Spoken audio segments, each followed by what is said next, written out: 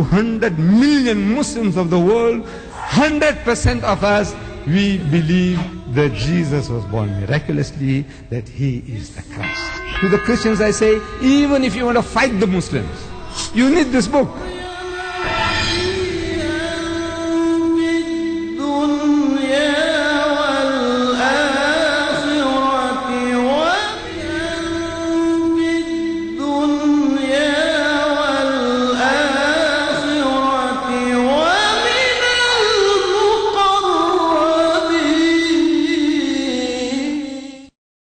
আজকে আমরা বেশ সৌভাগ্যবান।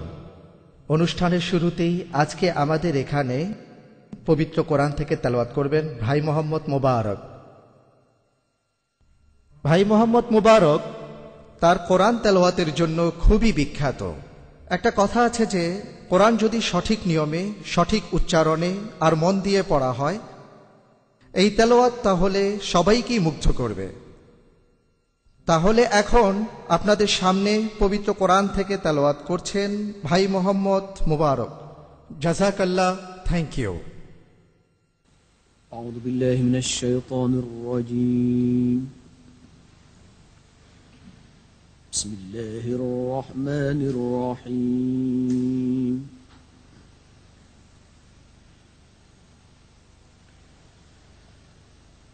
وإذ قالت الملائكة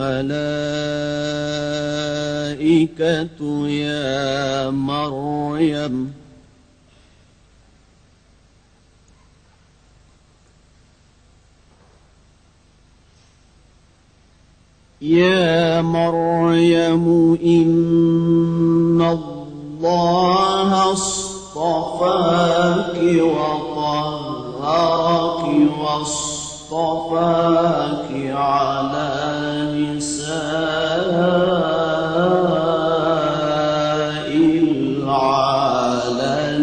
العالمين.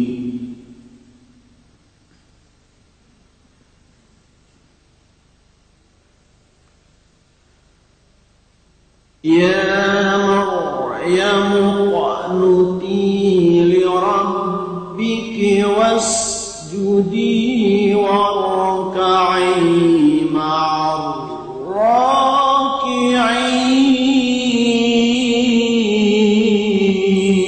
الراكعين.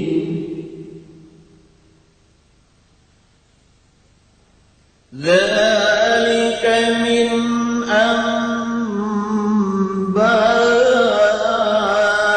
أنباء الغيب نوحيه إليك.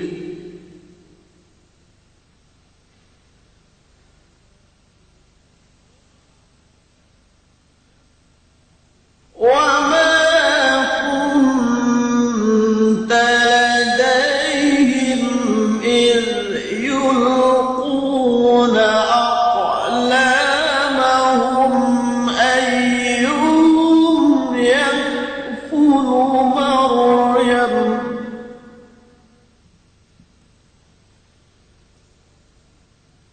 ذلك من أنباء الغيب نوحيه إليك وما كنت لديهم إذ يلقون أقلامهم أيهم يكفل مريم.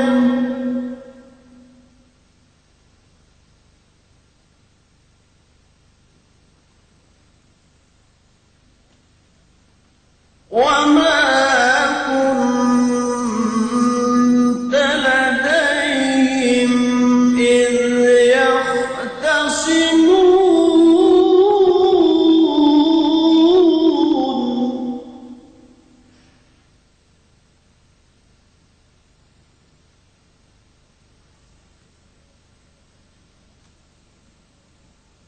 إذ قالت الملائكة يا مريم إن الله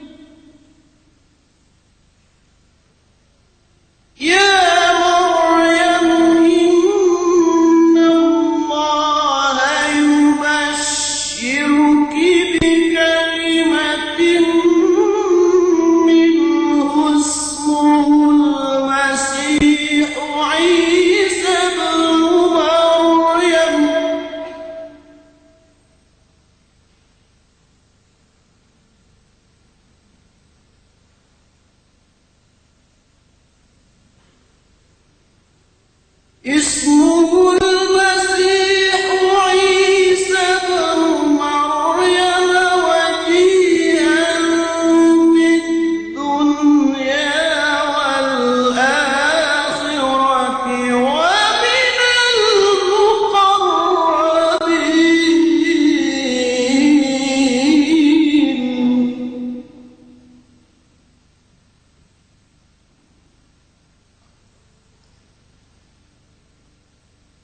ويكلم الناس في المهد وكهلا ومن الصالحين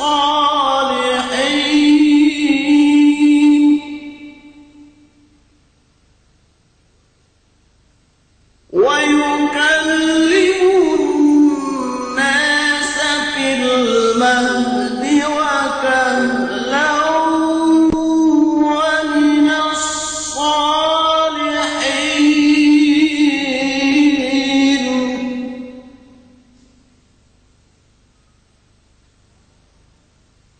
قالت رب أنى يكون لي ولد ولم يمسسني بشر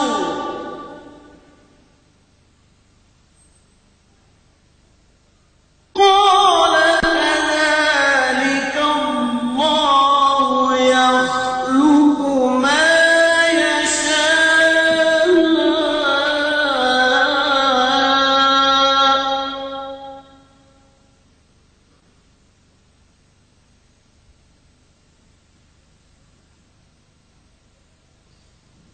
إذا قضى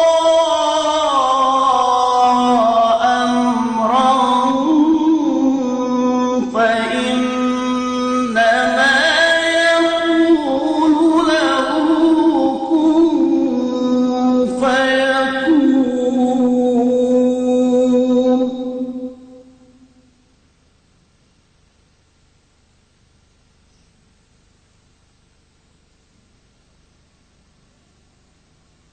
إذا قضى أمرا فإنما يقول له كن فيكون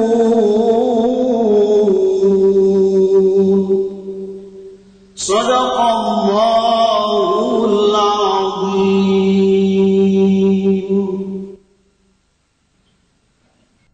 আমি মহান আল্লাহর কাছে শয়তান হইতে পরিত্রাণ চাইতেছি। পরম করুণাময় আল্লাহর নামে শুরু করিতেছি। স্মরণ করো, ফিরিস্তাগণ বলিয়াছিল, হে মরিয়ম, আল্লাহ তোমাকে মনোনীত ও পবিত্র করিয়াছেন, বিশ্বের নারীগণের মধ্যে তোমাকে মনোনীত করিয়াছেন। হে মরিয়ম, তোমার প্রতিপালকের অনুগত হও ও সিজদা করো, এবং যাহারা রুকু করে তাহাদের সহিত রুকু করো। ইহা একটি অদৃশ্য বিষয়ের সংবাদ, এবং ইহা সম্পর্কে তোমাকে অভিহিত করিতেছি ওহী দ্বারা। মরিয়মের তত্ত্বাবধানের দায়িত্ব গ্রহণ নিয়ে তাহারা যখন কলম নিক্ষেপ করিতেছিল, তুমি তখন তাহাদের মধ্যে ছিলে না, এবং তাহারা যখন বাদ অনুবাদ করিতেছিল, তখনও তুমি ছিলে না। স্মরণ করো, ফিরিস্তাগণ বলিল, হে মরিয়ম, নিশ্চয়ই আল্লাহ তোমাকে তাহার পক্ষ হইতে একটি কালেমার সুসংবাদ দিতেছেন। তাহার নাম হইবে যীশু খ্রাইস্ট, ঈসা, মরিয়মের পুত্র। সে এই দুনিয়ায় এবং আখিরাতে সম্মানিত হইবে, এক আল্লাহর সান্নিধ্য প্রাপ্তদের অন্যতম হইবে। সে দোলনায় থাকা অবস্থায় এবং পরিণত বয়সে মানুষের সহিত কথা বলিবে, এবং সে হইবে পুণ্যবানদের একজন। মরিয়ম বলল, হে আমার প্রতিপালক, আমার সন্তান হইবে কিভাবে? আমাকে কোনো পুরুষে স্পর্শ করে নাই। তিনি বললেন, এভাবেই আল্লাহ যাহা ইচ্ছা তাহাই সৃষ্টি করেন। যখন তিনি সৃষ্টি করতে স্থির করেন, তিনি তখন বলেন, হও, এবং উহা হয়ে যায়। সাদাকাল্লাহুল আজিম। আসসালামু আলাইকুম। সবার উপর আল্লাহর শান্তি বর্ষিত হোক। আজকে আমার জন্য আর এখানকার সব মুসলিমদের জন্য একটি বিশেষ দিন। আমাদের এই অস্ট্রেলিয়ায় শেখ আহমদ দিদাত এসেছেন আমাদের সাথে বিভিন্ন কথা বলতে। আমি আল্লাহ সুবহানাহু ওয়া তাআলাকে ধন্যবাদ আর তাঁর কাছে দোয়া করি আজকের অনুষ্ঠানটা যেন সফল হয়। শেখ আহমদ দিদাত অস্ট্রেলিয়া এসেছেন, খ্রিস্টানদের বোঝাতে এসেছেন ইসলাম ধর্ম আসলেই কি বলে। পাশাপাশি তিনি আমাদের মুসলিমদেরও দেখিয়ে দেবেন কিভাবে আমাদের দায়িত্ব পালন করব। অন্য ধর্মের মানুষদের কাছে এটা হলো ইসলামের দাওয়া। আর সবচেয়ে ইম্পর্টেন্ট ব্যাপার হলো তিনি আমাদের বোঝাতে পারেন যে মুসলিমরা তাদের ধর্ম নিয়ে গর্ব করতে পারে। আমরা একজন স্রষ্টাকেই মানি, আল্লাহ তাআলা। সকল প্রশংসা শুধুমাত্র তার জন্যই। আমি আপনাদের সবার পক্ষ থেকে শেখ আহমদ দিদাতকে ধন্যবাদ জানাচ্ছি আজকের অনুষ্ঠানে আমাদের মাঝে উপস্থিত থাকার জন্য।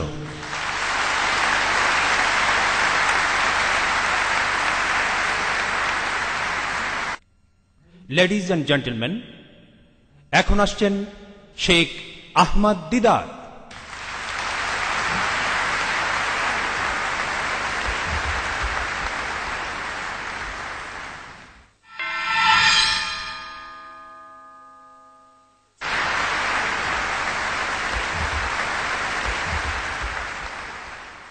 الحمد لله وحده والصلاة والسلام على من لا نبي بعده اللهم يا مفتح الأبواب ويا مسبب الأسباب ويا دليل الحائرين توكلت عليك يا رب العالمين وأفوض أمري إلى الله إن الله بصير بالعباد।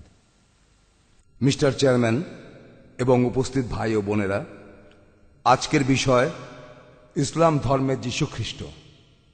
যখন আমি প্রথমবারের মতো আমার নিজের শহর ডারবানে এই বিষয়টা নিয়ে কথা বলতে যাই, সেখানকার সিটি হলে এই বিষয়ের উপর লেকচার দিয়েছিলাম।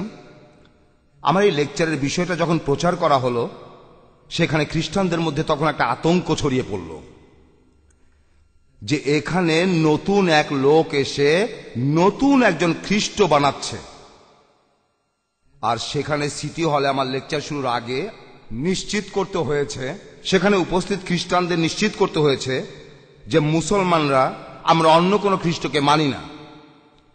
খ্রিস্ট কেবলমাত্র একজনই, আর তিনি হলেন যীশু খ্রিস্ট। তাদেরকে নিশ্চিত করতে হয়েছে সবকিছু। তাহলে এসব কথা আমরা কোথা থেকে পেলাম? যীশু খ্রিস্ট সম্পর্কে এসব কথা আমরা এসব জেনেছি আমাদের ধর্মগ্রন্থ থেকে। মুসলমানদের আমরা পবিত্র কোরআন থেকে এসব জেনেছি। আর আমি এখানে উপস্থিত ভাই বোনদের বলবো যে আপনাদের প্রত্যেকেরই উচিত হবে আপনাদের সবার পবিত্র কোরআনের একটি কপি রাখা প্রয়োজন, একটা অনুবাদ। আমার হাতে যে কোরআনটা আছে এরকম একটা। এই অনুবাদটা করেছেন আব্দুল্লাহ ইউসুফ আলী। এই কোরআনে আয়াতগুলো আরবিতে আছে, ইংরেজি অনুবাদ আছে, আর টিকা রয়েছে। বইটার শেষে আছে একটা বিস্তারিত ইন্ডেক্স।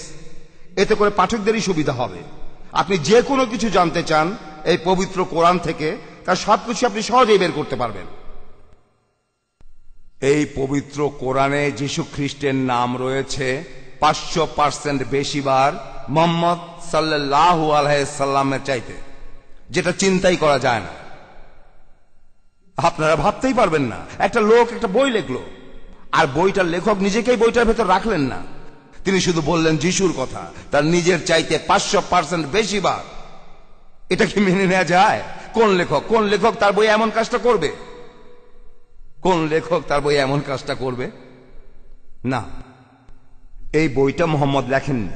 এই বইটা যদি তিনি লিখতেন তাহলে তার কথা এখানে বেশি লেখা থাকতো। আর এখানে আমি বললাম 500% বেশি বার।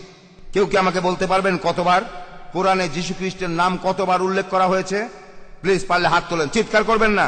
যদি পারেন আপনার হাত তোলেন, বলতে পারলে আপনাকে বইটা উপহার দেব। কতবার বলা হয়েছে যিশুর নাম কোরআনে? কতবার আছে? আমি বলবো। হ্যাঁ বাবা বলেন। আপনি? 25 বার। হ্যাঁ 25 বার, ঠিক বলেছেন। মোহাম্মদের নাম কোরআনে 5 বার আছে, সব মিলিয়ে 4 বার আছে মোহাম্মদ, আর 1 বার আছে আহম্মদ, যেটা আমাদের প্রিয় নবী মোহাম্মদের আরেকটি নাম। সব মিলিয়ে 5 বার। যিশু 25 বার। এই ব্যাপারটা অদ্ভুত। এখন সেটা কিভাবে বের করবেন? এই বইটা তো 2000 পৃষ্ঠার বই। আপনি এভাবে বইয়ের পাতা উল্টাবেন, যিশুকে খুঁজে বেড়াবেন, যিশু যিশু, আপনি হয়তো সবগুলো মিস করতে পারেন। এভাবে খুঁজতে থাকলে আপনি 25টার সবগুলো মিস করতে পারেন। না, আপনাকে যেটা করতে হবে, এই বইয়ের ইন্ডেক্সে যাবেন, বইয়ের পেছনেই খুঁজে পাবেন। এই ইন্ডেক্সটা খুব বিস্তারিত, ইন্ডেক্সে ভালো করে খোঁজেন। আর ডিকশনারি দেখার মতো জিসাস নামটা খুঁজবেন যে অক্ষর দিয়ে। কোরআনে জিসাস সম্পর্কে যা আছে তার সব একেবারে আপনার আঙ্গুলের ডগায়।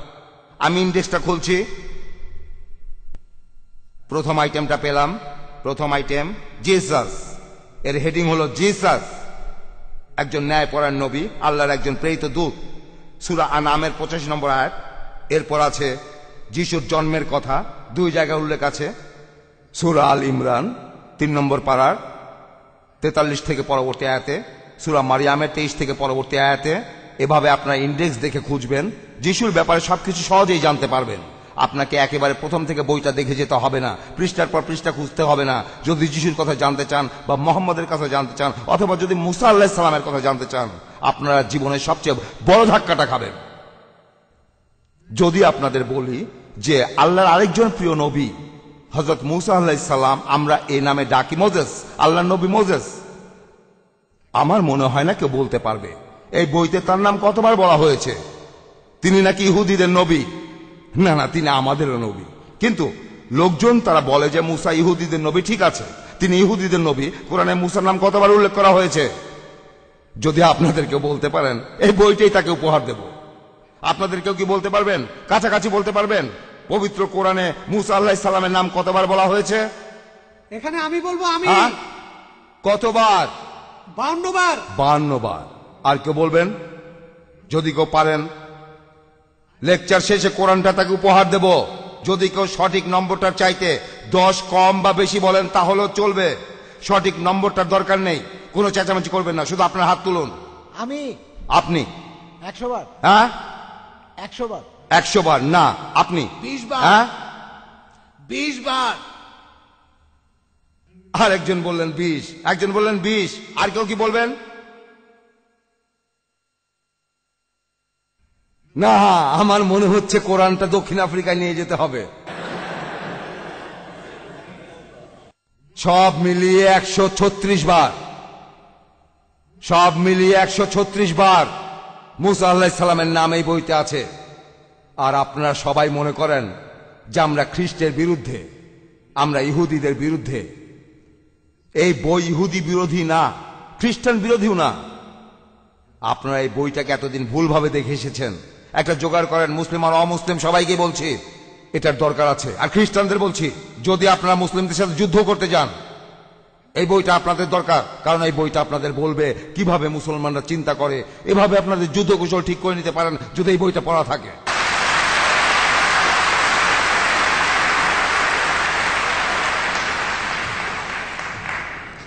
তাহলে মুসলিমদের বইটা দরকার। আর আমি এখানে মুসলিমদের বলবো, এই বইটা জোগাড় করেন যত তাড়াতাড়ি সম্ভব। এটা হবে আপনার জীবনের শ্রেষ্ঠ ইনভেস্টমেন্ট। এই সেরা ইনভেস্টমেন্ট আমি করেছিলাম। এই বইটা আমি কিনেছিলাম 1935 সালে। 1935 সালে তখন আমার খরচ হয়েছিল 5 পাউন্ড। আই এম সরি, ভুল বলে ফেলেছি। খরচ হয়েছিল 2 পাউন্ড 10 সিলিং। 2 পাউন্ড 10 সিলিং, সেটা ছিল আমার পুরো মজুরির 50%। আমার মান্থলি বেতনের পুরো অর্ধেক। মাসে 5 পাউন্ড বেতন পেতাম, তার 2 পাউন্ড 10 সিলিং এখানে খরচ করলাম, অর্ধেক। এই নিয়ে মনে কোনো দুঃখ নেই, আমি ভুল করিনি, আমার জীবন বদলে গেল। আর সারা জীবন ধরে এই যে দাওয়া দিয়ে যাচ্ছে, সবই হয়েছে এই বইটার কারণে। জোগাড় করেন। এখানে উপস্থিত সবাইকে বলছি, আবারও বলছি, এই বইটা আপনারা পড়েন। আর যিশুর সম্পর্কে কথাগুলো পড়েন। তার জন্ম নিয়ে, যিশুর জন্ম। আজকের কারি তিনি কোরআনের এই আয়াতগুলো তেলাওয়াত করেছিলেন পবিত্র কোরআন থেকে। কোরআনের সেই আয়াতগুলোর অনুবাদও শুনেছেন।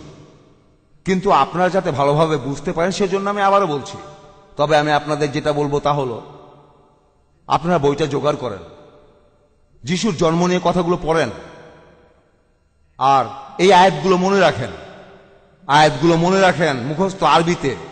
বিসমিল্লাহির রহমানির রহিম। ওয়াইজ ক্বালাতিল মালাইকাতু ইয়া মারইয়াম, অর্থাৎ স্মরণ করো যখন ফিরিস্তাগণ বলিয়াছিল, হে মরিয়ম, ইন্নাল্লাহ আস্তাফাকি, আল্লাহ তোমাকে মনোনীত করিয়াছেন, ওয়া তাহারাকি, ও পবিত্র করিয়াছেন, ওয়াস্তাফাকি আলা নিসাইল আলামিন, এবং বিশ্বের নারীগণের মধ্যে তোমাকে মনোনীত করিয়াছেন। মরিয়ম যীশু খ্রিস্টের মা। কোরআন বলছে পৃথিবীর সব নারীদের মধ্য থেকে তাকে মনোনীত করা হয়েছিল। এখন আমি আপনাদের বলি, যীশু খ্রিস্টের মা মরিয়ম বা মা মেরিকে এতটা সম্মান কোনো বাইবেলেই দেয়া হয়নি। হোক সেটা প্রোটেস্ট্যান্ট ভার্সন বা রোমান ক্যাথলিক ভার্সন, আমার কাছে দুইটাই আছে। কোনো বাইবেলেই মরিয়মকে এই সম্মান দেয়া হয়নি। এরপরে আছে, या मरियम उकनुती लिरब्बिकी वस्जुदी वरकई मार राकिन। হে মরিয়ম, তোমার প্রতিপালকের অনুগত হও ও সিজদা করো, এবং যাহারা রুকু করে তাহাদের সহিত রুকু করো। ذلك من أنباء الغيب نوحيه إليك। ইহা অদৃশ্য বিষয়ের সংবাদ, এবং এই সম্পর্কে তোমাকে অবহিত করিতেছি ওহী দ্বারা। মনে রাখেন আয়াতগুলো আর তার অর্থ মনে রাখেন। আর যদি এইভাবে আয়াতগুলো পড়েন যে সওয়াব আপনারা পাবেন, আসলে আপনি যতবার কোরআন শরীফের বিভিন্ন আয়াত পড়বেন, আমরা মুসলমানরা মানি যে প্রত্যেকটা অক্ষরের জন্য, কোরআন শরীফের যে অক্ষরগুলো পড়বেন প্রত্যেকটা অক্ষরের জন্য আপনি 10টা করে সওয়াব পাবেন। যখন আমরা বলি আলিফ লাম মিম, এই শব্দটা, এই অক্ষরগুলো আসলে কোনো শব্দ না। আমাদের নবী বলেছেন এটা কোনো শব্দ না, এগুলো 3টা অক্ষর। আলিফ আলাদা, লাম আলাদা, মিম আলাদা। আলিফ লাম মিম, এটা হলো সূরা বাকারার 1 নম্বর আয়াত, 2 নম্বর সূরা। আলিফ লাম মিম, আপনি যখন বলবেন আলিফ লাম মিম, প্রত্যেকটা অক্ষরের জন্য আপনি 10টা করে সওয়াব পাবেন, নেকি। যখন বলবেন বিসমিল্লাহির রহমানির রহিম, পরম করুণাময় পরম দয়ালু আল্লাহর নামে শুরু করছি, বিসমিল্লাহির রহমানির রহিম, যদি অক্ষরগুলো গোনেন অক্ষর আছে 19টা, আপনি এখানে 190টা সওয়াব পাবেন, নেকি। আপনারা যারা আছেন, যারা কথাটা শুনেছেন, আপনারা সবাই 190টা সওয়াব পাবেন। আমি 190টা সওয়াব পাবো, আপনারা সবাই 190টা সওয়াব পাবেন। এভাবেই আপনারা আল্লাহর সাথে ব্যবসা করতে পারেন। তিনি হিসাবটা রাখবেন, আপনাকে হিসাব রাখতে হবে না। আপনি শুধু বলে যান, তিনি হিসাব রাখবেন। রোজ কিয়ামতের দিন ইনশাআল্লাহ আল্লাহ হিসাব দেবেন। তাহলে আপনাদের আবারও বলছি, এই আয়াতগুলো আবার পড়বেন। আমি অক্ষরগুলো গুনে দেখিনি, قالت الملائكة يا مريم। আমি গুনে দেখিনি। এই হিসাবটা আল্লাহই রাখবেন, তিনিই আপনাকে হিসাবটা দেখাবেন। আপনি আপনার কাজ করে যান, সওয়াব অর্জন করুন। যখন আপনি আয়াতটা পড়বেন, অনুবাদটা পড়বেন, মুখস্থ করবেন, তখন আপনার ইংরেজিও অনেক উন্নত হবে, কারণ এখানকার শব্দগুলো আলাদা। বিহোল্ড, দেখো, স্মরণ করো, যখন ফেরেশতাগণ বলিয়াছিল, হে মরিয়ম, আল্লাহ তোমাকে মনোনীত ও পবিত্র করিয়াছেন এবং বিশ্বের নারীগণের মধ্যে তোমাকে মনোনীত করিয়াছেন। বাক্যগুলোর গঠন একটু আলাদা, শব্দগুলো নতুন, এগুলো শিখতে পারবেন, সওয়াবও পাবেন। আর তারপর খ্রিস্টানদের সাথে ভালো করে মিশতে পারবেন। এই দেশে খ্রিস্টানদের সংখ্যা অনেক বেশি, আমার দেশের মতোই দক্ষিণ আফ্রিকা, যেখানে খ্রিস্টানদের সংখ্যা বেশি। আমরা যেদিকেই তাকাই না কেন শুধু খ্রিস্টানই দেখি। আমাদের সহকর্মী, আমাদের বস, আমাদের কর্মচারী, প্রতিবেশী, যেদিকেই তাকাই সবাই খ্রিস্টান। এবার তাদের সাথে কথা বলেন, খ্রিস্টানদের সাথে। আমি মুসলমান বন্ধুদের বলছি, আপনার আশেপাশে খ্রিস্টানদের সাথে কথা বলেন, ভালো ব্যবহার করেন। প্রতি সকালে গুড মর্নিং বলেন, গুড আফটারনুন, গুড ইভিনিং। আর তারপর তাদেরকে একদিন চায়ের দাওয়াত দেন, যে আসো আসো আসো মেরি, এলিজাবেথ, আমাদের সাথে চা খাও, বাচ্চাদের নিয়ে আসো। আমি এখন বলি, আমাদের এই চার সামোসা, আমাদের এই চার ভেজি আইসক্রিম কি করতে পারে আপনারা কল্পনাও করতে পারবেন না। দক্ষিণ আফ্রিকাতে মালয়রা তারা চায়ের সাথে কুচি স্টার দেয়, আপনারা জানেন কিনা জানি না। আপনাদের হয়তো অন্য কোনো বিশেষত্ব আছে। বিভিন্ন দেশের মুসলিম মহিলা, যেমন ইন্দোনেশিয়া, মালয়েশিয়া, বা হতে পারে বাংলাদেশ বা অন্য দেশ, আপনাদের কিছু বিশেষত্ব আছে। আর লেবানন, বিভিন্ন ধরনের মিষ্টি, এগুলোই আমাদের স্পেশালিটি, আমরা সবাই। আর প্রত্যেক মানুষের স্পেশালিটি একেবারে আলাদা। তাদের খাওয়ান, দাওয়াত করেন, তাদের একবার দাওয়াত করেন, খাবার দিয়ে আটকে ফেলুন। আপনাদের বলি, দক্ষিণ আফ্রিকাতে আমাদের লোকজন, আমাদের খাবার দিয়ে সবাইকে আটকে ফেলেছি, হোক সাদা চামড়া, আফ্রিকান, কালো মানুষ, সবাইকে। কারণ আমাদের রান্না অন্যদের চেয়ে আলাদা। আর সব মানুষ, আসলে সব মানুষই এই খাবার গোগ্রাসে গেলে চেটে পুটে খায়। আমাদের খাবার, এগুলো না খেয়ে পারা যায় না। এই লোকদের খাবার দিয়ে আটকে ফেলেন। মানুষের হৃদয়ে ঢোকার সবচেয়ে ভালো উপায় আগে তার পেটে ঢোকা, এর চাইতে ভালো কোনো উপায় নেই। আর এখন আমি আপনাদের বলি, আমাদের নবী করিম সাল্লাল্লাহু আলাইহি সাল্লামের এমন ঘটনা ঘটেছিল, তিনি এই কথা বলে গিয়েছেন, কিন্তু এটার কথা কেউ বলে না। কিন্তু এখন আপনাদের বলছি, এই কাজটা করবেন। আপনি আপনার প্রতিবেশীকে ডাকবেন, তারপর চা খাওয়ার সময় বলবেন, বোন তুমি কি কোরআন পড়েছো? সে বলবে না। তুমি কি কোরআন শরীফ দেখবে? এতে ইংরেজি অনুবাদও আছে। সে বলবে হ্যাঁ দেখব। এখানে কেউ বলবে না সে দেখতে চায় না। এটা মানুষের বৈশিষ্ট্য, আমরা স্বভাবতই একটু কৌতূহলী। তাহলে সে দেখতে চাইবে, এই সম্ভাবনাই বেশি। আপনি কোরআনটা আনবেন, সূরা আল ইমরান বের করবেন, 43 নম্বর আয়াত। আর আপনি যদি আরবি পড়তে পারেন তাহলে আরবিতেই পড়েন। তাদের সামনে আরবিতে পড়েন, আপনি নিজেও জানেন না এই আরবি তাদের কি করতে পারে। এটা আল্লাহর কালাম, এটা সবাইকে একটা ঝাঁকি দেবে, বন্ধু শত্রু সবাইকে। আল্লাহ আমাদের বলেছেন যে যখন কোরআনের আয়াতগুলো কাউকে শোনানো হবে, খাঁটি মানুষ হলে তার চোখ বেয়ে পানি ঝরে পড়বে। আমি নিজেই দেখেছি রোমান ক্যাথলিকরা, বিশেষ করে রোমান ক্যাথলিকরাই তাদের সামনে কোরআন পড়েন। বিসমিল্লাহির রহমানির রহিম ওয়া ইয ক্বালাতিল মালাইকাতু ইয়া মারইয়াম, আর অর্থ বলেন, অনুবাদ করেন, এভাবেই বলে যান আর অর্থ বলেন, তাদের শুনতে দিন। এভাবে তারা মুসলিম হয়ে যাবে না। সারা জীবন ধরে তারা যা শিখেছে আর সংস্কার, এগুলো মাত্র এক কাপ চা নাস্তা দিয়ে সারানো যাবে না। তারপরও তাদের সাথে কথা বলেন যে কোরআনে যীশুখ্রিস্ট সম্পর্কে এই কথাই আছে যে তিনি সৃষ্টিকর্তার একজন প্রেরিত দূত। যীশুখ্রিস্টের অলৌকিক জন্মটাকেও বিশ্বাস করি, এখানে তার অলৌকিক জন্ম নিয়ে বলা হয়েছে।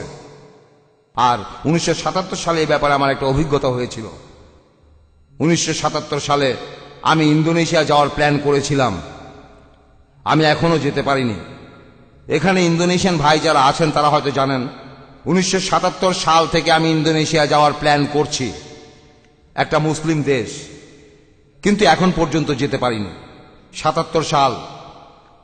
আর যখনই আমি অন্য কোনো দেশে যাই, আমি সেই দেশের ভাষা কিছুটা হলেও শেখার চেষ্টা করি আন্তরিকভাবে। এটা আমার শখ, ভাষা শিখতে ভালো লাগে। এভাবে আমি 20টা আলাদা ভাষায় কথা বলতে পারি। ভাবছেন আপনাদের ফাঁকি দিচ্ছি? কোন ভাষা শুনতে চান? স্প্যানিশ, ফ্রেঞ্চ, সুদানের ডিঙ্কা উপজাতীয়দের ভাষা থংজাং, ডিঙ্কা উপজাতীয়দের ভাষা সোয়াহিলি, ইংলিশ, আফ্রিকান, জুলু। কোন ভাষা শুনতে চান? হিব্রু। কোন ভাষা শুনতে চান? ইন্দোনেশিয়ান। আমি ইন্দোনেশিয়ান বাইবেল খুঁজছিলাম, ইন্দোনেশিয়ান ভাষায় বাইবেলের কথাগুলো জানার জন্য। তখন আমি ডারবানের বাইবেল হাউজে গেলাম। দক্ষিণ আফ্রিকার প্রত্যেক শহরেই একটা বাইবেল হাউজ আছে। এই বাইবেল হাউজে বিভিন্ন দেশের বিভিন্ন ভাষার বাইবেল আছে। সেখানে ইন্দোনেশিয়ান বাইবেল খুঁজছিলাম, সেখানে ইন্দোনেশিয়ান বাইবেল ছিল না। তখন তারা জোহান্সবার্গে যেতে বলল, সেখানে হয়তো থাকতে পারে। তখন আমি জোহান্সবার্গ শহরের বাইবেল হাউজে গেলাম, জোহান্সবার্গে, আর সেখানে ইন্দোনেশিয়ান বাইবেল খুঁজে পেলাম আর সেটা কিনলাম। তারপর দেখলাম যে বুক সেলফে আরো কিছু বই আছে, যেখানে একটা নিউ টেস্টামেন্ট দেখলাম, গ্রিক আর ইংলিশ, যেমন কোরআন লেখা থাকে আরবি আর ইংলিশে, গ্রিক আর ইংরেজি নিউ টেস্টামেন্ট। আমি তখন সেলফ থেকে বাইবেলটা নামালাম, তারপর পাতা উল্টাতে থাকলাম। তখন সেই বাইবেল হাউসের সুপারভাইজার আমাকে খুব আশ্চর্যভাবে দেখতে লাগলো। আমার মাথায় একটা টুপি আছে আর মুখে দাড়ি। সে ভাবছিল যে এই লোক এত দামি বইটা নিয়ে কি করছে, এই বাইবেলটা অনেক দামি।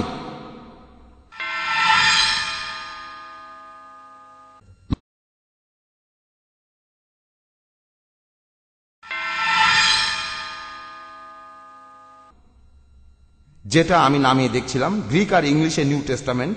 তিনি আমার সামনে এসে বললেন, গুড মর্নিং। আমি বললাম, গুড মর্নিং। তুমি এই বইটার ব্যাপারে আগ্রহী হলে কেন? আমি বললাম, আমি বিভিন্ন ধর্ম নিয়ে পড়াশোনা করি, আর আমি এই গ্রিক ইংলিশ নিউ টেস্টামেন্টে কিছু জিনিস পেয়েছি যেগুলো আমাকে আগ্রহী করেছে।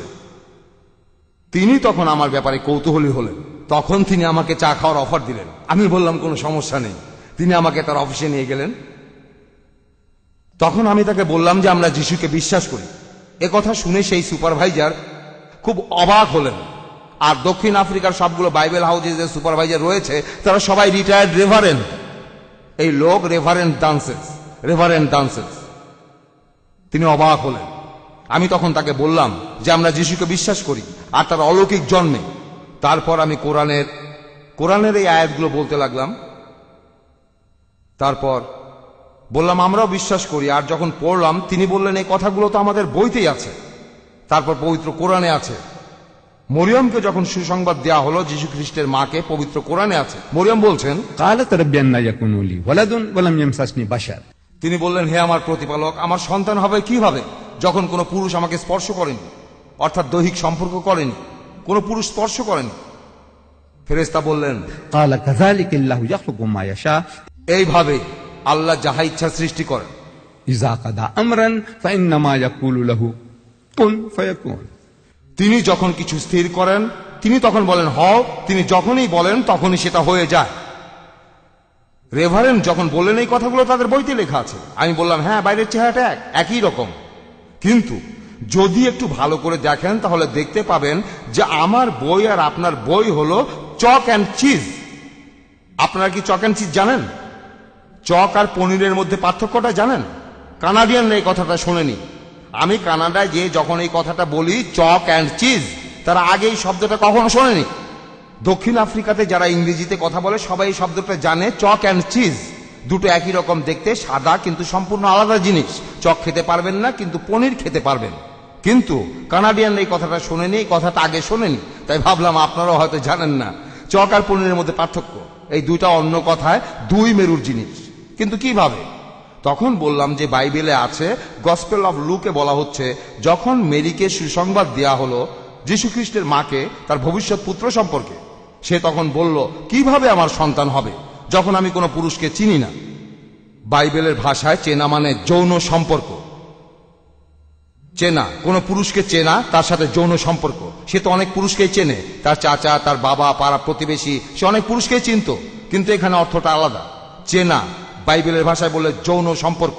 পবিত্র কোরআনে আছে কোনো পুরুষ আমাকে স্পর্শ করেনি, তাকে স্পর্শ করেনি, মানে যৌন সম্পর্ক। পবিত্র কোরআন আর বাইবেল এখানে একই কথা বলছে।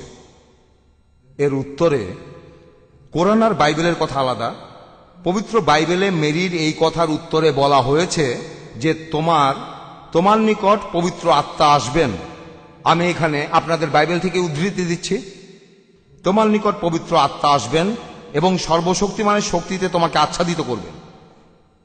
এখান থেকেই আপনি ব্যাপারটা বুঝতে পারবেন, পবিত্র আত্মা একজন ব্যক্তি।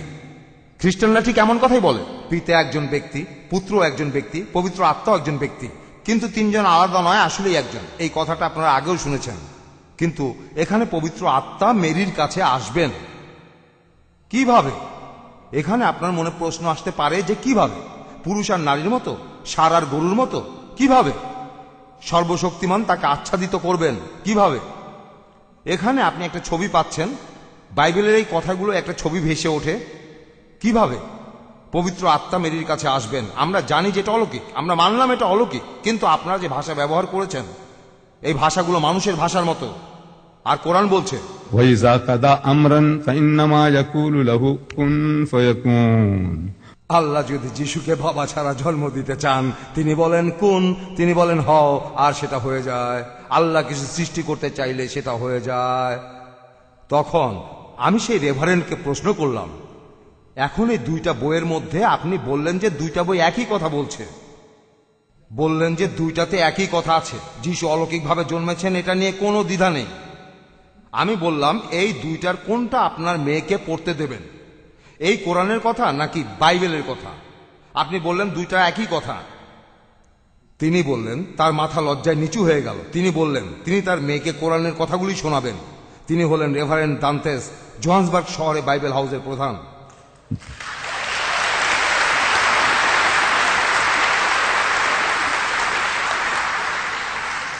আপনারা এগুলো আপনাদের খ্রিস্টান বন্ধু আর প্রতিবেশীদের দেখাবেন, বস আর কর্মচারীদের দেখাবেন, তারপর দেখেন কি হয়। যদি এভাবে কাজ না হয় আপনাদের অন্য পথ দেখাবো, তখন অন্য পথে চেষ্টা করবেন। তবে আল্লাহ তাদের সাথে আমাদের এভাবেই কথা বলতে বলেছেন।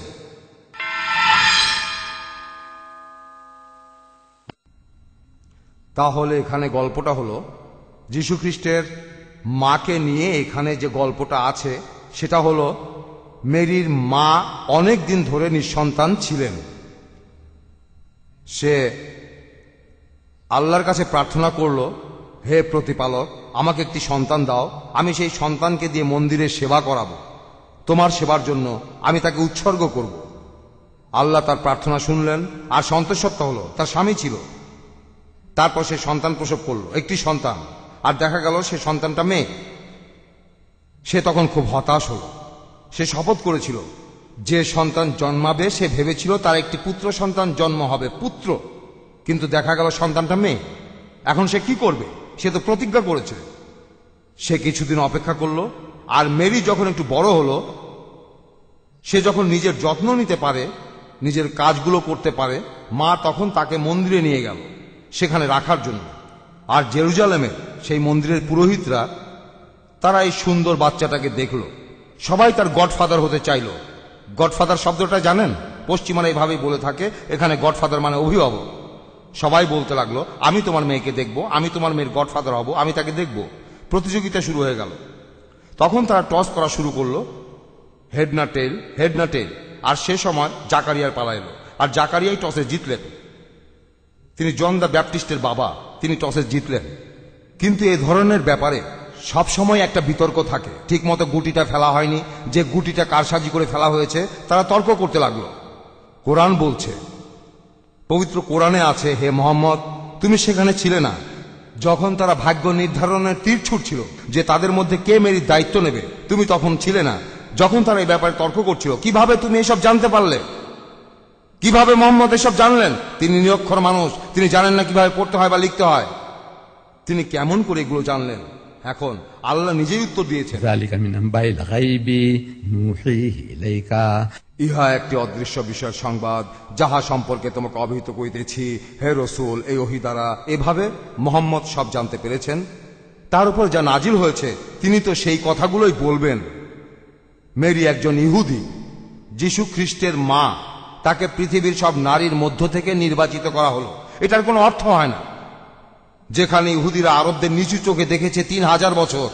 আপনারা কি জানেন নবী ইব্রাহিমের 2 জন স্ত্রী ছিল, সারা আর হাজেরা, সারা আর হাগার। এখানে ইহুদিরা বলে যে আমরা সারার সন্তান। সারার গর্ভে ইব্রাহিমের সন্তান আইজাক, আইজাকের সন্তান জ্যাকব, তার সন্তান জুডাস, জুডাস আর তার 5 ভাই। ইসরায়েলের 12টা গোত্র জেকব, তারপরে ইসরায়েলের 12টা গোত্র। এভাবে আসলে ইহুদিরা মনোনীত সম্প্রদায়। এই সম্প্রদায় এসেছে ইব্রাহিমের অভিজাত বংশ থেকে, আইজাকের মাধ্যমে। ইসমাইল হল হাগারের সন্তান, বিবি হাজেরা।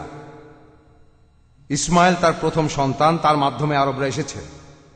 আজকের দিনের আরবরা, নবী ইব্রাহিম তিনি ইহুদিদের পিতা, আরবদেরও পিতা।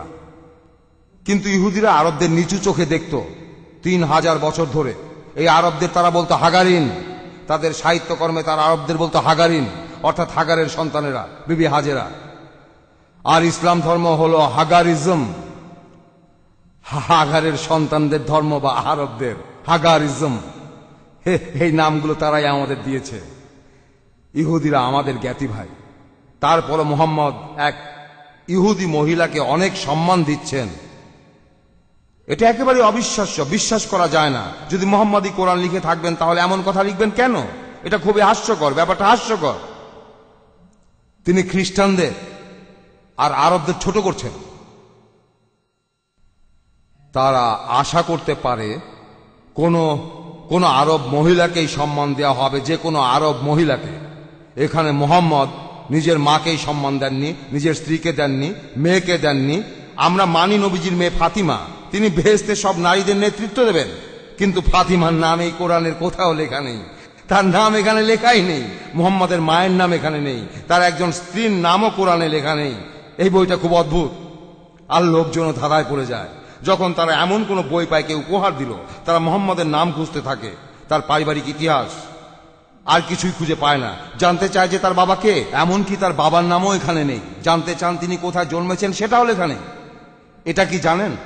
তার বাবাকে, তার মাকে, তিনি কোথায় জন্মেছেন, কোথায় মারা গেছেন, কিছুই না, কিছুই লেখা নেই। কেন? যিশুর জন্ম সংবাদের কথা নিয়ে কোরআনে 2 জায়গায় সেটার বর্ণনা আছে, 2 জায়গায়। মোহাম্মদের জন্ম নিয়ে কিছুই লেখা নেই। মোহাম্মদের নাম রয়েছে 5 বার, যিশুর নাম 25 বার, মুসার নাম 136 বার। না, এই কোরআন আসলে বিস্ময়কর বই। এখানে পশ্চিমারা, তারা এসব বইতে অভ্যস্ত না। তারা যেসব বই পড়ে তাতে লেখা থাকে অনেক দিন আগের কথা। তারা কোনো বইতে এই ধরনের কথার সাথেই অভ্যস্ত। সবকিছুই হয়তো অনেক দিন আগের কথা, অনেক দিন আগের কথা। তারা এই ধরনের কথা খুঁজে বেড়ায়। আর কোরআনে এই ধরনের কথাবার্তা নেই, এমন কথা নেই। এখানে সবকিছুই অল্প কথা লেখা আছে। সেজন্য আপনাদের প্রয়োজন একটা ইন্ডেক্স। আর যে বিষয়টা আপনাদের কাছে ইন্টারেস্টিং মনে হবে, ইন্ডেক্স দেখে সেই বিষয়টাতে চলে যেতে পারবেন। এই কোরআন যত তাড়াতাড়ি পারেন এই বইটা জোগাড় করেন, এই বইটা। এখন আমরা মুসলিমরা বিশ্বাস করি যে যীশু খ্রিস্ট সৃষ্টিকর্তার প্রেরিত রাসূলদের মধ্যে একজন। যে তিনিই হলেন মসীহ আমাদের ত্রাণকর্তা, যার অর্থ খ্রিস্ট। এরপর ৪৫ নম্বর আয়াতে, ৪২ আয়াতে শুরু করেছিলাম, এখন ৪৫ আয়াত কোরআনে উল্লেখ করা আছে। قالت الملائكة يا مريم স্মরণ করো যখন ফেরেশতা বলল, হে মরিয়ম, إن الله يبشرك بكلمة منه আল্লাহ তোমাকে একটি কালেমার সুসংবাদ দিতেছেন তাহার পক্ষ হইতে। খ্রিস্টানরা বলবে যিশু ঈশ্বরের কথা বলেন, মুসলিমরা বলে আল্লাহর পক্ষ হইতে। তাহার নাম হইবে মসীহ, খ্রিস্ট। আরবিতে মসীহ, হিব্রুতে মেসায়া, অনুবাদ করলে গ্রিক খ্রিস্টোস। এখন খ্রিস্টোস একটা বড় শব্দ, তারা শেষের অসটা বাদ দিল, হয়ে গেল খ্রিস্ট। খ্রিস্ট অর্থ যার কথা বলা হয়েছে, মেসায়া মানে যার কথা বলা হয়েছে, মসীহ অর্থ যার কথা বলা হয়েছে। এই সবগুলো শব্দের অর্থ আসলে একই। اسمه المسيح وعيسى ابن مريم মরিয়ম তনয় ঈসা, وجيها في الدنيا والآخرة সেই দুনিয়া ও আখিরাতে অত্যন্ত সম্মানিত হইবে, ومن المقربين এবং সে আল্লাহর সান্নিধ্য প্রাপ্তদের অন্যতম হইবে। খ্রিস্টানরা বলে যে যিশু ঈশ্বরের ডান দিকে বসে আছেন। কোরআন বলছে যিশু আল্লাহর সান্নিধ্য প্রাপ্তদের অন্যতম হবেন। আমি আমার খ্রিস্টান ভাইদের বলবো, দেখেন, আপনারা যা বলছেন তা মেনে নিচ্ছি, তিনি ঈশ্বরের ডান পাশে বসে আছেন, তবে বাস্তবে নয়, শারীরিকভাবে নয়। আপনার ঈশ্বরের কোনো আকার নেই যে তিনি বসে আছেন একটা সিংহাসনে আর যীশু খ্রিস্ট তার ডান দিকে একটা টুলে বসে আছেন। না, এটার কোনো মানে হয় না যে সর্বশক্তিমান ঈশ্বর, যিনি এই বিশ্ব জগতের স্রষ্টা, যার পাশে যিশু একটা মাছির মতো, একটা পোকা, কি বলবো আর, একটা একেবারে ছোট একটা পরমাণু, যা আর কিভাবে বলা যেতে পারে, আর কিভাবে বলতে পারি, একটা ক্ষুদ্রাতি ক্ষুদ্র ব্যাকটেরিয়া একটা টুলের উপর। এটা কোন ধরনের সম্মান? না না, আমরা প্রাচ্যের লোকেরা যখন আমরা ডান হাতের কথা বলি, আমরা এটা সম্মান দেখাতে বলি। এ লোক আমার ডান হাত, তার মানে এই নয় সে আমার ডান পাশে বসে আছে। সে আমার বাম পাশেও বসে থাকতে পারে, সে আমার পেছনে থাকতে পারে, আমার সামনেও থাকতে পারে। সে আমার ডান হাত, আমার কথা বলতে হবে। একটা সমস্যা হয়েছে, আমি কিছু আলোচনা করব, আমি আমার ডান হাতের সাথে আলোচনা করি, কিন্তু যে আমার ডান হাত সে বাম পাশে বসে আছে। না না, এই কথাগুলো দিয়ে আমরা বোঝাই যে কোনো লোক খুব গুরুত্বপূর্ণ জায়গায় বসে আছে, আমার খুব কাছে। এখানে আসলে এই কথাটাই বোঝানো হচ্ছে। তাহলে বলা হচ্ছে ডান হাত, যীশু খ্রিস্ট ঈশ্বরের ডান পাশে বসে আছে, কিন্তু যীশু বাস্তবে বসে নেই, তাকে সম্মান দেওয়া হচ্ছে। যীশু খ্রিস্ট আসলে ডান দিকে বসে নেই। তাহলে এই যে কথাগুলো আমরা দেখতে পারি একটু অন্যভাবে, আমাদের ব্যাখ্যাটা মেনে নেওয়ার প্রয়োজন নেই, কোনো প্রয়োজন নেই, কিন্তু বলবেন যে এই কথাটাই বেশি যুক্তিপূর্ণ, যে যীশু ঈশ্বরের কাছে খুবই গুরুত্বপূর্ণ। আর ويكلم الناس সে মানুষের সাথে কথা বলবে في المهد وكحلا শৈশবকালেও পরিণত বয়সে, ومن الصالحين এবং সে হইবে পুণ্যবান ব্যক্তিদের মধ্যে একজন। এই হলেন যিশু, তিনি শৈশবে এবং পরিণত বয়সে কথা বলবেন, এবং সে হবে পুণ্যবান ব্যক্তিদের মধ্যে একজন। এই কথাটাকে আবার কোরআনে নিশ্চিত করা হয়েছে। এই কথাগুলো রয়েছে সূরা আল ইমরানে, সূরা মারিয়ামে এটাকে নিশ্চিত করা হয়েছে যে তিনি মানুষের সাথে কথা বলবেন যখন তিনি শিশু, অর্থাৎ তার মায়ের কোলে। যীশু খ্রিস্টের প্রথম অলৌকিক কাজটা এই বাইবেলে আছে। এটা আপনারা পাবেন গসপেল অফ জনের 2য় অধ্যায়ে, যে যীশু খ্রিস্ট, তার শিষ্যরা এবং তার মাকে এক বিয়ের উৎসবে দাওয়াত করা হয়েছে ক্যানায়। ক্যানা হলো একটা জায়গার নাম, ক্যানার একটা বিয়ের উৎসব। যীশু খ্রিস্টের প্রথম অলৌকিক এ কথা বাইবেলে বলা আছে। তাকে ক্যানায় একটা বিয়ের অনুষ্ঠানে দাওয়াত দেওয়া হয়েছে। সেখানে অতিথিদের মদে ঘাটতি পড়ল। যিশুর মা আসলেন, বুক অব জন 2য় অধ্যায়, সেখান থেকে বলছি। যিশুর মা এসে বললেন, বাবা দেখো এই লোকগুলোর মদে ঘাটতি হয়েছে। আমি জানি তোমার কিছু রহস্যময় ক্ষমতা আছে, রহস্যময় ক্ষমতা, এদের সমস্যাটা সমাধান করে দাও। এই অনুরোধটা করেছিলেন যীশু খ্রিস্টের মা। যিশু তখন তাকে বললেন, নারী নারী, এদের ব্যাপারে আমি কি করতে পারি? নারী, এদের ব্যাপারে আমি কি করতে পারি? আমার সময় এখন উপস্থিত হয়নি। এখন আপনি যদি কাজটা না করতে চান, তাহলে সেই কথাটা আরো ভালোভাবে বলা যায় যে, মা দেখো, হ্যাঁ আমি খুব ক্লান্ত, আমাকে ক্ষমা করো। আপনার নিজের মাকে নারী বলে ডাকার কোনো দরকার নেই। এই শব্দটা দিয়ে সম্বোধন করা হয় কোনো পতিতাকে? না না, এই বাইবেলেই যিশু নারী বলে ডেকেছেন একজন পতিতাকে। এক মহিলা ব্যভিচার করার সময় ধরা পড়েছিল। বাইবেলে আছে বুক অফ জন 8 অধ্যায়। এক মহিলা, ইহুদিরা যিশুর কাছে এক মহিলাকে নিয়ে আসলো। তারা বলল, প্রভু, এই মহিলাকে আমরা দুষ্কর্মের সময় ধরে ফেলেছি, আমরা এখন একে কি করব? আসলে তারা একটা ফাঁদ পেতেছিল। তারা এখানে কোনো উত্তর চাচ্ছিল না। যদি যিশু বলেন তোমরা এই মহিলাকে ছেড়ে দাও, তারা বলবে এই লোকটা ঈশ্বরের নবী না। আর বুক অব লেভিটিকাস, আমাদের তাওরাত, সেখানে লেখা আছে ব্যভিচারকারী পুরুষ ও নারীকে পাথর নিক্ষেপ করে হত্যা করা হবে। যিশু কি মেসায়া? সে কি আসলে ঈশ্বরের নবী?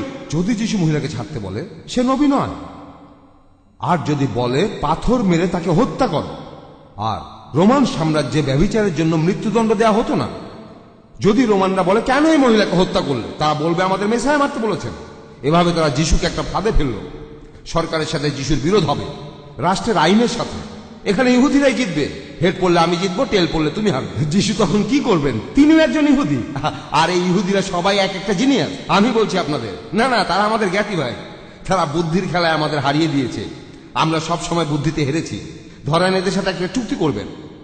হয়তো জানেন এটা রেজুলেশন 342 নাকি 242, সেখানে বলা হয়েছিল যে তারা দখলকৃত অঞ্চলগুলো সব ছেড়ে দেবে শান্তির জন্য, অকুপাইড টেরিটরি। তখন তারা বলল, এই যে আমরা সরে আসলাম, এবার তোমরাও দখল জায়গাগুলো ছেড়ে দাও। মুসলমানরা বলল যে না, তোমরা এখনো অকুপাইড টেরিটরি ছেড়ে দাওনি। তারা বলল আমরা দা অকুপাইড টেরিটরি বোঝাইনি। রেজুলেশনে লেখা আছে অকুপাইড টেরিটরি। তাহলে এই যে জায়গাগুলো, এগুলো অকুপাইড টেরিটরি না?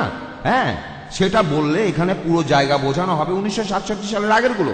না, আমরা সেগুলোর ব্যাপারে বলছি না। তারা বলল অকুপাইড টেরিটরি, তারা দা অকুপাইড টেরিটরি বলেনি। আমরা হেরে গেলাম, আমরা হেরে গেলাম। হ্যাঁ, না, তারা আমাদের হারিয়ে দিয়েছে আমাদের জ্ঞাতি ভাই। আল্লাহ তাদের বুদ্ধি দিয়েছেন। আর এভাবে আমরা তাদের কাছ থেকে কিছু জিনিস শিখেছি, তাদের ষড়যন্ত্রকে ঠেকানোর জন্য। মান তাআল্লামা লুগাতা কওমিন আমানা শাররা। আপনি যদি কোনো জাতির ভাষা জানেন, তাহলে তাদের ষড়যন্ত্রকে এড়িয়ে যেতে পারবেন। আমরা জানি না, আমরা এখনো পারি না। ইহুদিদের সাথে বুদ্ধির খেলায় জিতে যাওয়া পারি না, আমরা এখনো পারি না। এবারে আমরা আসল কথায় আসি। যিশু এখন কি করবেন? তিনি বললেন, তোমাদের মধ্যে যে লোক একেবারে নিষ্পাপ, সে প্রথম পাথরটা মারবে। তোমাদের মধ্যে যারা একেবারে নিষ্পাপ, তারা শুরু করো, পাথর মারো। আর এই কথা বলেই যিশু মাটিতে বসে পড়লেন আর বালির উপর দাগ কাটতে লাগলেন। আমি এখানে বাইবেল থেকে উদ্ধৃতি দিচ্ছি। যিশু বালির উপর দাগ কাটতে লাগলেন, বালির মধ্যে যিশু দাগ কাটতে লাগলেন। আমি খ্রিস্টানদের প্রশ্ন করছি, যিশু সেখানে কি লিখেছিলেন? কেউ জানে না। আমি আপনাদের বলি, আমার সারা জীবনে এমন কোন খ্রিস্টানকে পাইনি যে বলতে পেরেছে যিশু কি লিখেছিলেন। আমি বলছি, আপনারা খ্রিস্টানদের প্রশ্ন করে দেখেন যিশু কি লিখেছিলেন, কেউ জানে না। আমি এখন বলবো আমার থিওরি, আমার ভুলও হতে পারে। আমার মতে যিশু সেই লোকগুলোর নাম লিখছিল যারা তার পেছনে দাঁড়িয়েছিল। মানুষের স্বভাব এমনই, কৌতূহলী। যখন কেউ কিছু লিখছে, আমরা জানতে চাই সে কি লিখছে। তখন যারা সেই মহিলাকে মারতে চেয়েছিল, তারা সেই লেখাগুলো দেখল। সেখানে জোড়ায় জোড়ায় নাম লেখা আছে। যে লোক যিশুর পেছন থেকে দেখছে, ধরেন সে জন, তার সাথে এলিজাবেথ নামে এক মহিলার ব্যভিচারের সম্পর্ক আছে। যিশু লিখলেন জন আর এলিজাবেথ। জন ভাবলো, এই লোকটা আমার ব্যাপারে জানে। কিভাবে জানলো? লোকটা আমার কথা জানে।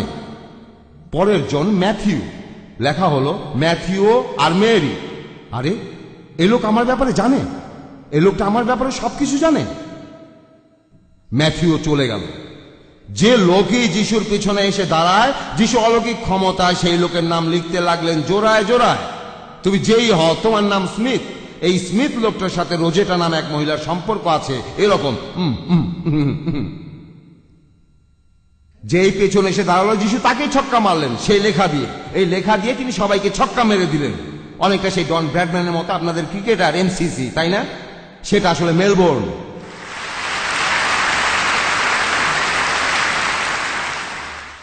আমি আপনাদের ডন ব্র্যাডম্যান সম্পর্কে একটা মজার কথা বলি। সে সময় আমি স্কুলে পড়াশোনা করি।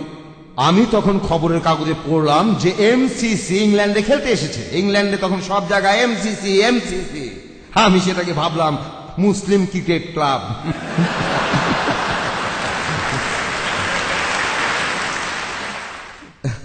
না, বিশ্বাস করেন আমি এমনটাই ভেবেছিলাম। আমি তখনও মেলবোর্নের নাম শুনিনি, এমনকি অস্ট্রেলিয়া নামে একটা দেশ আছে তাও জানি না। তখন বয়স কম, তাই ভাবলাম ডন ব্র্যাডম্যান, এমসিসি এমসিসি। আমি সাপোর্ট করলাম, তাদেরকেই সাপোর্ট করলাম। কারণটা জানেন? এটা মুসলিম ক্রিকেট ক্লাব ভেবেছিলাম। তাহলে যিশু সবাইকে ছক্কা মেরে দিলেন ডন ব্র্যাডম্যানের মতো।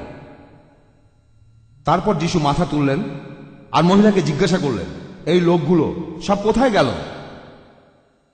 যারা তোমার বিচার করতে চাচ্ছিল তারা কোথায় গেল? মহিলা বলল, প্রভু, তারা সবাই চলে গেছে। যিশু তাকে বললেন, যাও আর পাপ করো না। এই ইহুদিরা যিশুকে ফাঁদে ফেলতে চেয়েছিল, আর যিশুই বলেছেন এরা সবাই ব্যভিচারী, সবাইকে পাথর মেরে হত্যা করা উচিত। আর তোমরা এই মহিলার বিচার করছো? তোমরা যদি এই মহিলাকে হাতে নাতে ধরে থাকো তাহলে পুরুষটা কোথায়? পুরুষ লোকটা কোথায়? এখন বলো, পুরুষ লোকটা কোথায়? তোমরা তাকে হাতে নাতে ধরেছো, ভালো। মহিলাটা কি করছিল আর পুরুষটা কি করছিল? পুরুষ লোকটা কোথায় গেল? না না, তোমরা শুধু এই মহিলার বিচার করতে চাও। তোমরা সবাই অসৎ। যেহেতু এই মহিলা দুর্বল, তোমরা তাকে শাস্তি দিতে চাও।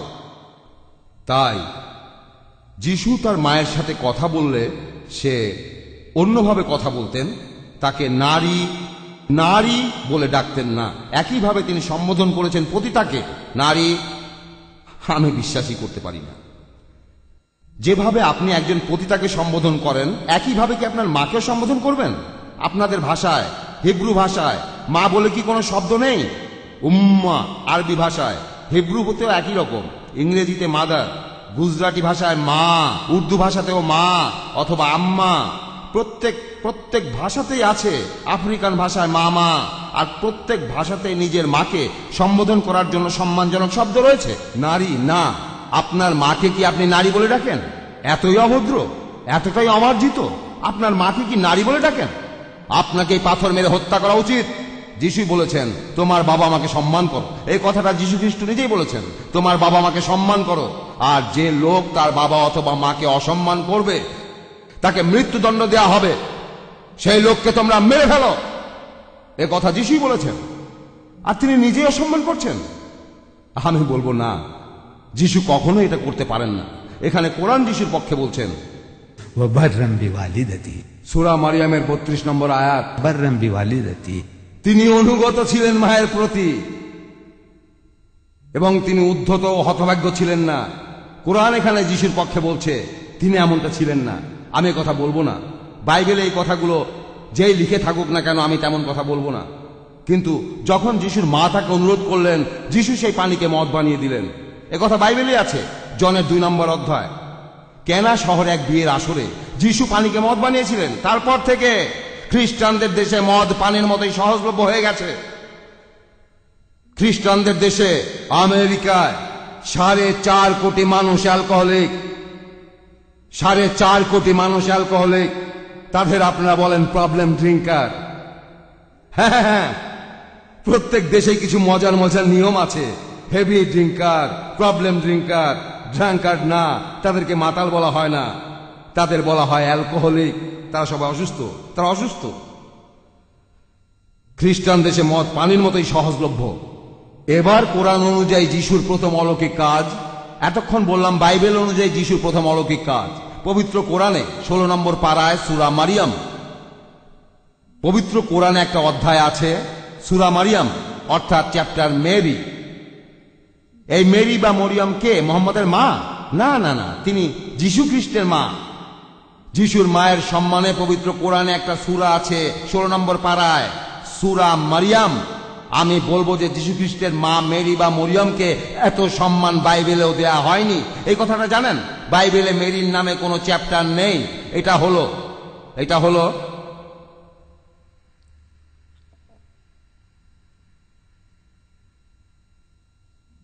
হলো King James version, Protestant Bible, 66টা বই।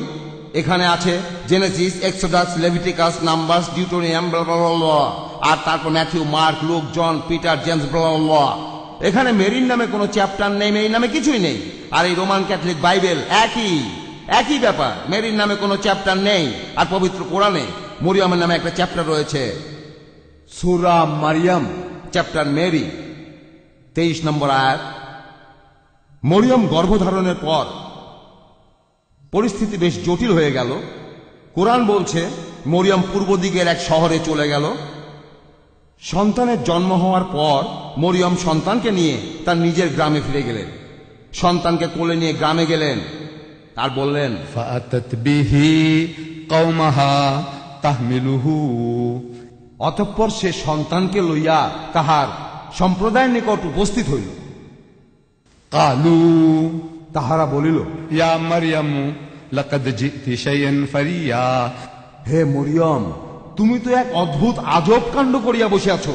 তারা অবাক হলো, অদ্ভুত কাণ্ড। কারণ মেরি, আমরা যতখানি বুঝতে পারি, তার কারোর সাথে তখনও বিয়ে হয়নি। যিশুর পালক বাবা জোসেফ দা কার্পেন্টারের নাম ইসলামে বা কোরআনে কোথাও নেই, এখানে তার কোনো উল্লেখ নেই। তারা বলল, হে মেরি, তুমি তো এক অদ্ভুত কাণ্ড করিয়া বসে আছো। يا أخت هارون হে হারুনের ভগ্নী, মুসা নবীর ভাই, يا أخت هارون ما كان أبوك امرأ سوء وما كانت أمك بغيا। তোমার পিতা অসৎ ব্যক্তি ছিল না, তোমার মাতাও ব্যভিচারিণী ছিল না। তাহলে তুমি এই অবৈধ সন্তানটা কোথা থেকে নিয়ে আসলে? তুমি তো বিয়েই করনি। তোমার বাবা ভালো মানুষ ছিল, অভিজাত বংশে তোমার জন্ম হয়েছে।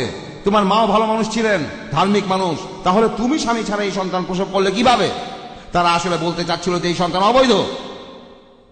এখন মরিয়ম কি করবেন? তিনি এখানে বলতে পারতেন, আমি দৈববাণী শুনেছিলাম, তারপর আমি অন্তঃসত্ত্বা হলাম, সন্তান প্রসব করলাম। এভাবে বললে সেখানকার কেউ তার কথা বিশ্বাস করতো না, কেউ বিশ্বাস করতো না। ধরেন আপনার আপন বোন আপনার কাছে আসলো, ধরেন সে খুবই ধার্মিক, ধর্মকর্ম মেনে চলে। সে আপনার বোন, সে একদিন বলল, ভাই, আমি একটা দৈববাণী শুনেছিলাম, এখন আমার পেটে সন্তান। এটা আসলে পবিত্র আত্মা, হোলি স্পিরিট। সবসময় হোলি স্পিরিটের কাছে আমি প্রার্থনা করি, সেই হোলি স্পিরিট আমার কাছে এসেছিল। আমি এখন গর্ভবতী। আপনি তাকে বিশ্বাস করবেন? হ্যাঁ, আপনার বাবা বাসায় নেই, বিদেশ গেছেন। তখন আপনার মা বলল, আমার সোনা শোনো, আমি তোমার বাবাকে স্বপ্নে দেখেছি, আর এখন আমি গর্ভবতী হয়েছি। আপনি বিশ্বাস করবেন আপনার মাকে বা বোনকে?